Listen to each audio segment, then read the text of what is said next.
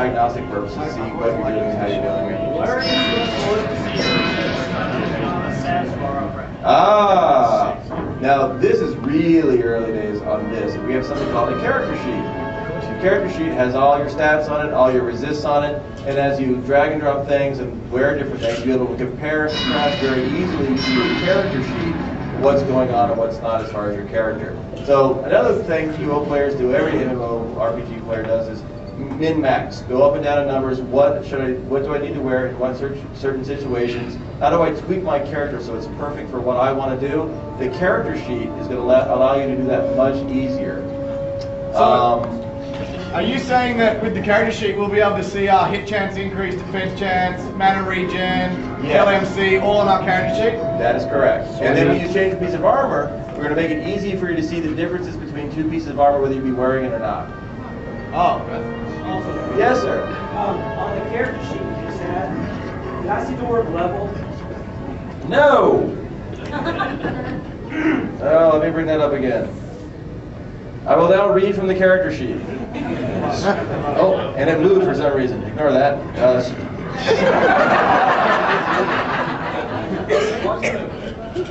All right.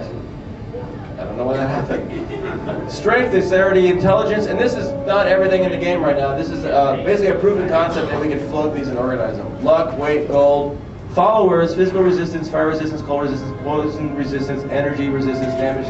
So it's most of the stuff on your status bar with some other stuff, and we're going to add more stuff to it, make it bigger, make it easier to read, make it easier to manipulate.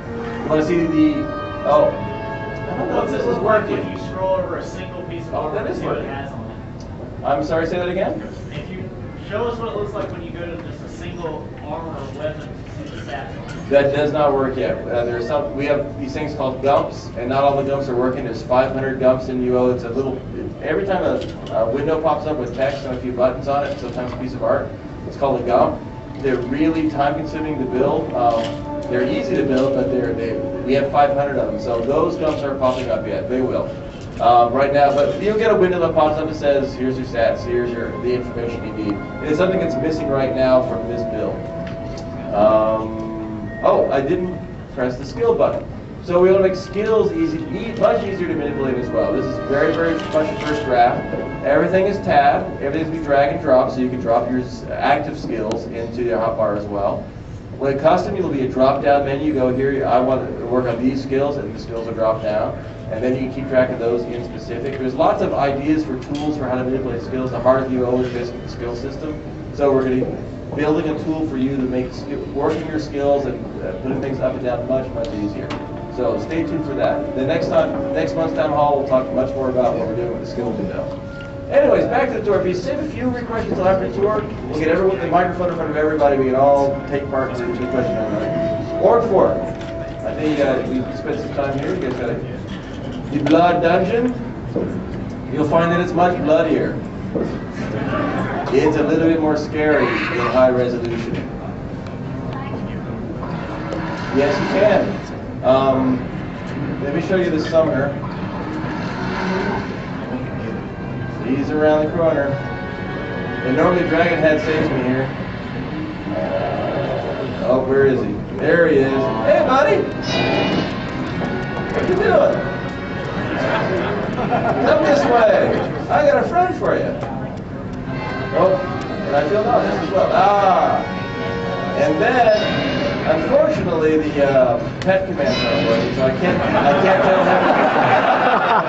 He's just going to kind of wander around and go, it's not my deal. Not my fight. Oh, did he get that? No. All right, fine. I will now leave, because even though I have negated death on me, I can still die. So I'm leaving now. But yes, you can get to it first. I am. At some point, we have to run this by the ESRB and make sure we're still a team game, because that's a lot of blood. That's a lot of blood. That's a lot of. Just make it green. I'm sorry, say that again? Oh, yeah. That was, so that was Ilsh, and then normally this is the way you get through it. I will go around and go. This is these transporters aren't in the actual game. We set these up just for demo purposes. Another little hunk of this is and this is one of the famous pink textures I had mentioned earlier. But where's the second? Burning house. There's a fire elemental. He's a tracker. And I'm poisoned. Oh, Nick says she's hot. Nick really needs a microphone. Where's the succubus? I don't know where she went. Anyway, the idea here is that the stone steps look like they have more detail. You can tell they're cracked and worn. Sand looks more like sand. Everything just feels more. Oh, he's not a wrestler. That's right. So a little more evolution. Oh, and I've been frozen. Also not in his buff debuff. That'll be in shortly. Right now I'm frozen and cannot move. Oh, I can move again. And here we are in the Minotaur's Labyrinth. Oh, Minotaurs are handsome boys. And you've seen some of them in the desktop that you've out. And this is a pretty touch. This is sort of the Spanish, colonial style. It's nice. The Minotaurs have good taste. What's that? Yes, if I got all the way to the end and did the spawn, I could get to the boss. But I'm not going to. That's another thing. I'm going to get trapped. No!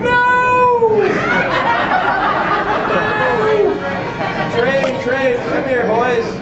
Right over here. No! Oh, right. Ha. Oh, you missed. And here we are back at Britain. I'd go back to the bank and do that. But the bank doesn't work yet. A couple of little tidbits I'll show. Here's Takuno. Here's more people without pants. I'm going to show you guys something really cool, but you can't tell anyone that you saw this. Just keep that in mind. A pan feature. Oh wow, you can pan out. Now, you can do this right now. How we're going to do this and how we make it so it works for everybody, it doesn't skew PvP to the people who can do this, is this actually is fairly system intensive.